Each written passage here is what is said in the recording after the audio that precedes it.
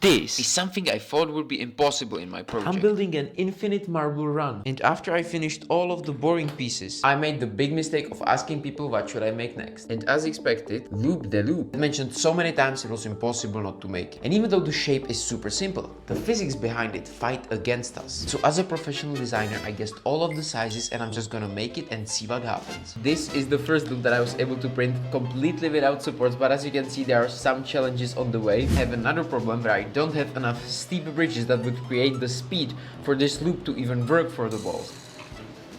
Yeah, that's not gonna cut it. So after the first prototype failed and the ball didn't make it through, I knew I had to go to a place filled with wisdom. So I went nowhere else but to Gemini.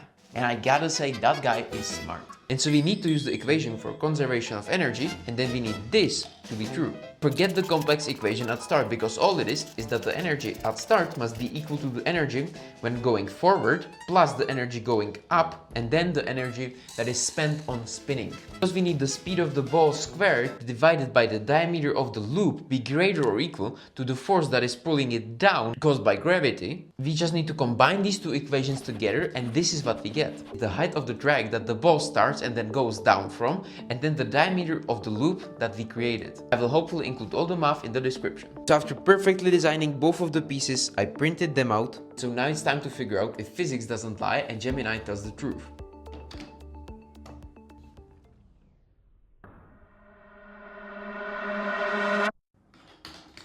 Yes!